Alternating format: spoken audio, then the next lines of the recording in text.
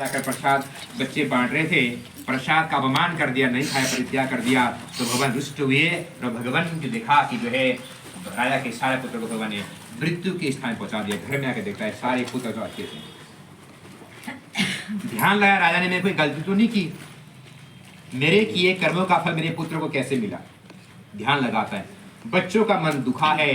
पवन ने कहा कि जिस प्रकार से राजन तुमने बच्चों का दिल दुखाया है, तुम्हारे बच्चों को भी मैं इसी अवस्था में पहुंचा दूंगा। जैसा हम कर्म करते हैं वैसा ही हमें फल मिलता है। अगर हमने दूसरों का मन दुखाया है तो हमारा मन भी अवश्य में वह दुखेगा। अगर हमने दूसरों को प्रसन्न किया है तो हम भी अवश्य प्रसन्न रहेंगे। अगर हमने दूसरों की सहायता की है तो हमारे सहायता करने में कोई दूसरा अवश्य आएगा। इसलिए भगवान कहते हैं कि कभी भी जो है दूसरे का मन नहीं दुखाना चाहिए। भगवान कहते हैं इसलिए हमेशा जो है अपने से बड़ों का सम्मान करो, दूसरों को हमेशा प्रोत्साहन करो, दूसरों का हमेशा उसकी जो है उसकी हमेशा मनुष्य कहते हैं बड़ाई ही किया करो, अपमान किसी का मत करो कभी भी, क्योंकि अपमान करने से हमें अपमान ही मिलेगा, बुराइयां करने से बुराइयां ही हमें मिलेगी। दूसरे की प्रशंसा करोगे तो हमें प्रशंसा ही मिलेगी। इसलिए कभी दूसरे की बुराइयां नहीं करनी। अपनी करनी का फल मिल गया राजा को। संतान को जब देखता है ना, तो सबसे प्रिय जानते हैं किसको होता है? हर किसी को अपने संतान प्रिय होता है। जितना माँ बाप अपने बच्चों को प्यार करता ना, उतना अपने माँ बाप को प्यार नहीं करता। ये ध्रुव सत्य है, कोई माने या ना माने। जो भी मनुष्य, उसके माता पिता भी हैं, उसके बच्चे भी हैं, बीच का जो व्यक्ति है, जितना उसका प्यार उमड़ता है बच्चे के ऊपर, उतना प्यार अपने माँ बाप के ऊपर नहीं उमड़ता उसका, क्योंकि नदी हमेशा ऊपर से नीचे की ओर बहती है। तो जितना प्यार करते हैं ना अपने माँ बाप बच्चों को, तो बच्चों को भी सोचना चाहिए कि मेरे माँ बाप ने मुझे भी तो इसी प्रकार से पाला होगा, उसी दुख से कठिनाई से मुझे जो है उन्होंने बचाया होगा, रोग व्याधि से बचाया होगा, सबके से मुझे बचाया होगा। लेकिन हम सोचते हैं, हम नहीं सोचते, हम अपनी माँ बाप का अपमान कर जाते हैं। उनको हम पता नहीं क्या क्या शब्द बोल देते हैं, अपशब्द बोलते हैं, कठोर शब्द बोलते हैं, मन दुखाते हैं, उनको रुलाते हैं, उनकी अपमान करते हैं, और फिर हम सोचते हैं हम खुशी रहेंगे। जब माँ बाप के आंसू लग जाते हैं ना, वो दुखी रहते हैं। तभी तो लिखा है शास्त्र में, क्या लिखा जानते हैं? जो अपने माँ बाप को बड़ा दुखी करता है ना, अगले जन्म में उसके संतान पुत्र नहीं होते, और होंगे भी तो जीवन दुखदायी बनेगा उसका।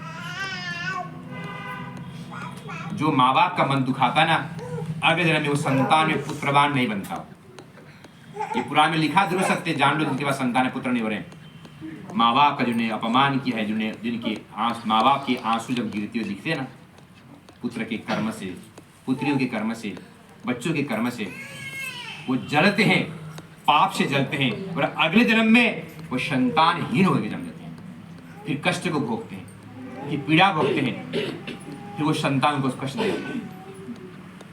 तब राजा सोचता है कि मेरे करनी कथनी का प्रभाव मेरे संतान के ऊपर पड़ा है, तो मैं जाकर उसी बच्चों के साथ पूजा करूंगा। जंगल में बच्चों के साथ चला गया राजा। एक राजा जा रहा है जंगल में, किन ग्वालों के साथ में गया। देखिए वहां भेदभाव की भावना नहीं है। एक राजा है, एक ग्वाले हैं बच्चे, गाय भैंस को चुगाने वाले, गाय को लेकर चुगाने जाते हैं जंगल में। उनके समसर में बैठ रहा है कौन? राजा बैठ रहा है, बच्चों के साथ बैठा, पूजन किया, बच्चों को बांटा प्रसाद, अंतिम में आज अपने आप खा रहा है।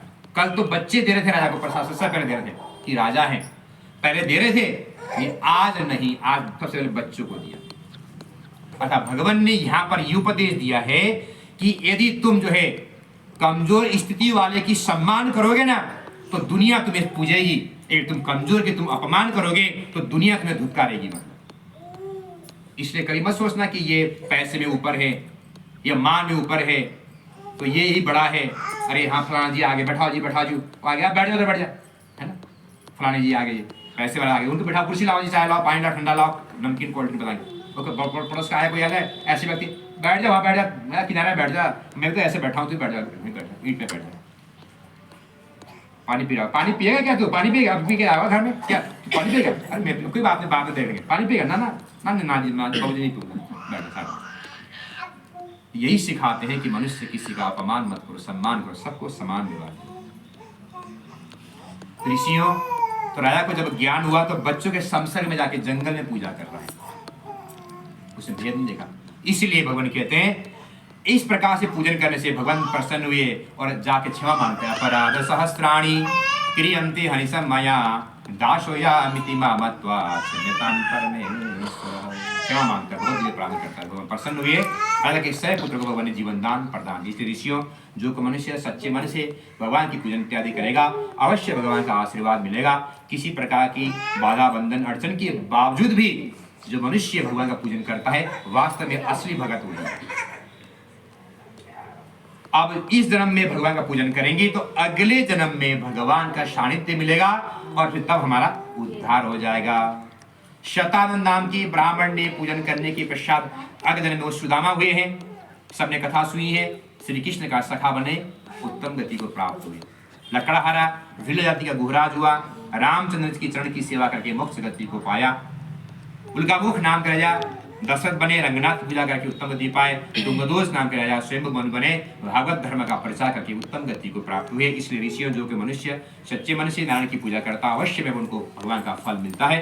अंत में भगवान नारायण से प्रार्थना करता हूँ कि जो हमारी माता जी ब्रह्मी देवी हैं, उनके द्वितीय पुत्र जो है, जिनका नाम है बबलू शर्मा जी, उनके धर्मपत्नी, उनके पुत्र इत्यादि पूरे परिवारजन ने मिलकर जो आज कथा का आयोजन अपने घर में करवाया।